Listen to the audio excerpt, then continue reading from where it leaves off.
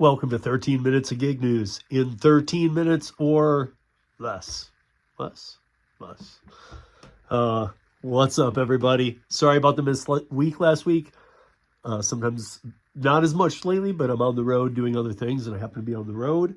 I am back, and I do want to point this out real quick. Shameless plug, Roundtable, Thursday, February 27th. It is the 3-year anniversary. Please come and join us, 9 p.m. Eastern, 6 p.m. Pacific. Now let's jump into this.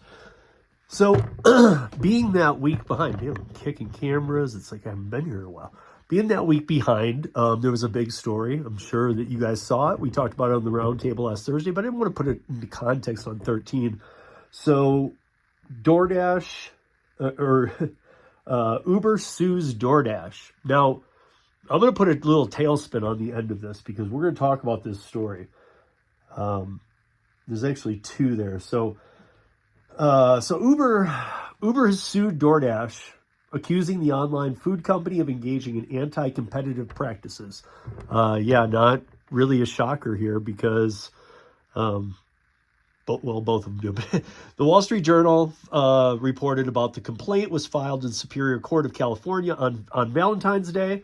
So the Valentine's Day massacre of Uber and Doordash.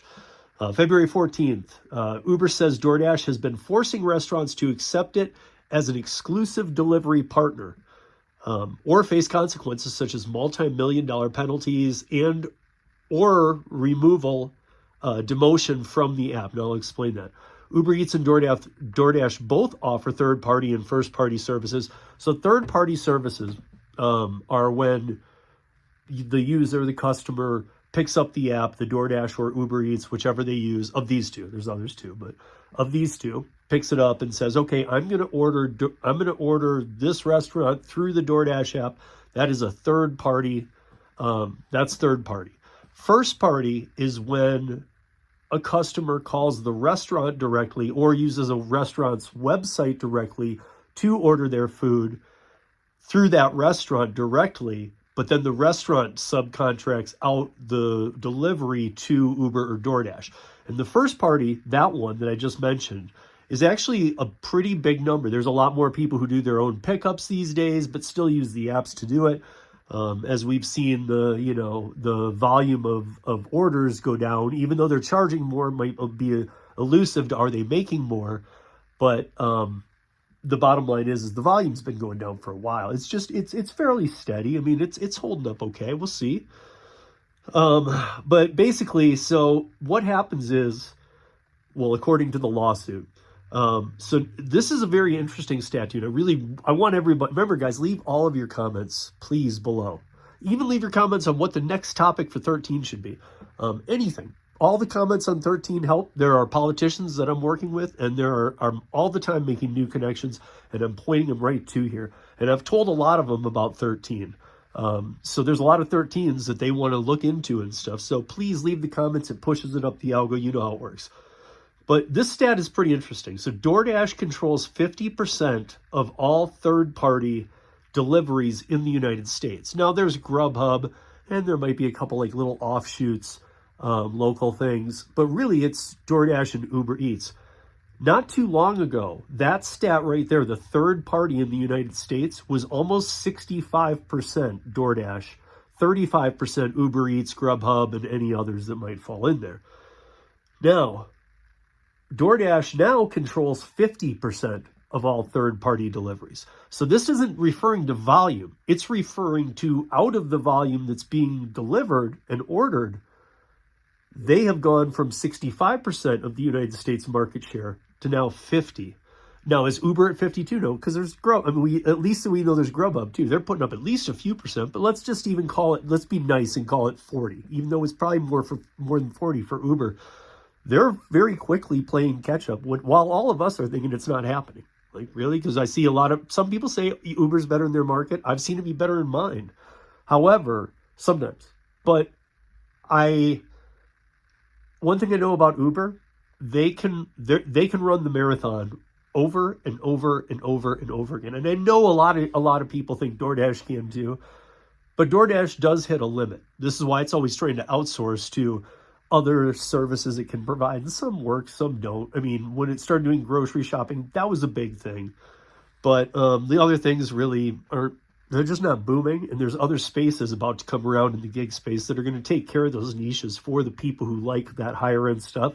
They don't want to go to Doordash to order a mattress firm. So there's other things coming around to deal with that. But 50% now, as was almost, I think it was 63 or 64. But out of the first party deliveries, that's people ordering to the restaurant and the restaurant facilitating the delivery through one of the platforms, DoorDash handles 90% of all first party deliveries, those deliveries. And part of it, I know why. I've talked to a lot of restaurateurs lately, and they told me that, they basically don't want to ever turn off either of the apps. They want to do as much business as they can. However, they have told me that, it's a lot easier to just get in and turn off Uber Eats than it is Doordash. Doordash has you got to have the right manager on. Maybe all your managers don't know the code. So there's a lot, it's kind of like removing a tip from Doordash. It's harder to do. So it's maybe not every manager can even do turning off Doordash. But I have talked to a lot of restaurateurs who turn off their Uber Eats, they've told me, because a lot of stuff comes through. Sometimes it comes through as a blank page. Sometimes they'll get like double or 3 copies of one order. So basically, from what I took from the people I've spoken with, is that Uber Eats on the restaurateur side is just sloppy and not as accountable as a DoorDash order.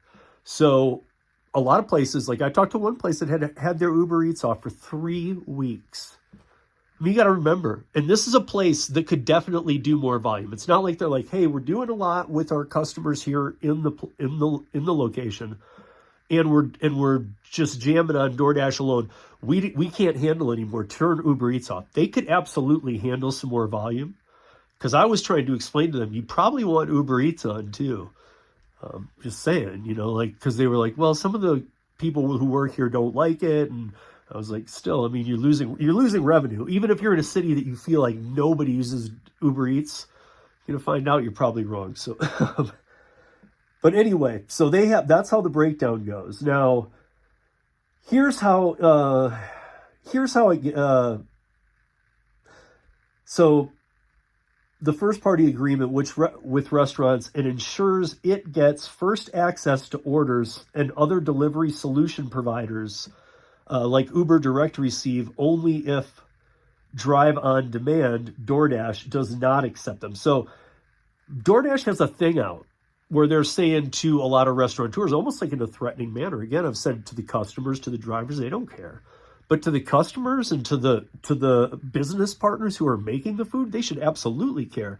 And they're basically putting out a threat. I mean, a straight up threat. Listen, if you choose Uber Eats for a first party delivery over us, we will penalize you, if not remove you from the app, which is a whole nother story of its own. But so now additionally, Uber says that when DoorDash finds out a restaurant is picking up Uber Direct for first party delivery, and if you're wondering how they know, guys, go watch all the videos I've been making for years. We know that they do information sharing on some of these platforms, but even when they don't, they have teams that fully are in knowledge of what's going on the other team's side. So if Uber Direct gets a first party offer first before DoorDash in a market, then DoorDash threatens to penalize that restaurant on the DoorDash app. That's a quote from Uber's lawyer, and refuses to provide first party delivery on a co-preferred basis. So therefore, it can penalize the restaurants. I don't know if that's financially. It can remove the restaurant from the app. It can make it so that all first party offers have to go through them, or they'll remove you from first party offer option as a restaurateur. Let's see. This abusive tactic has forced many restaurants to avoid partnering with Uber, costing the company millions of dollars in revenue and unlawfully restricting its growth, the lawsuit claims. The restaurants have no meaningful option to resist DoorDash. Rather than fairly competing with Uber, DoorDash is illegally using multiple levers to force restaurants to acquire or to to acquiesce to DoorDash's exclusive or preferred status demands. Through its complaint, Uber is seeking an undisclosed amount of damages and an injunction to block DoorDash's alleged unlawful practices. DoorDash has denied any wrongdoing. And this is a quote, Uber's case has no merit, a DoorDash spokesman told the Journal. Their claims are unfounded and based on their inability to offer merchants, customers, or couriers a quality experience. A quality experience. Now, I, like many of you, have drove the DoorDash platform, and I've drove the Uber platform as a rideshare and a delivery driver. I've used the Uber as a rideshare passenger and as a delivery customer. I have never, ever used the DoorDash platform as a delivery customer. However, that last quote from DoorDash about Uber, they're talking about Uber here, their claims are unfounded and based on their inability to offer merchants, consumers, or couriers a quality alternative. Really?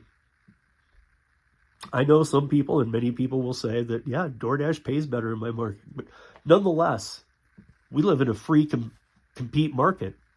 I mean, this is what free market trade is. This is what we're supposed to be allowing. And they're saying that Uber doesn't even have the ability to provide a quality experience. Well, here's my thing.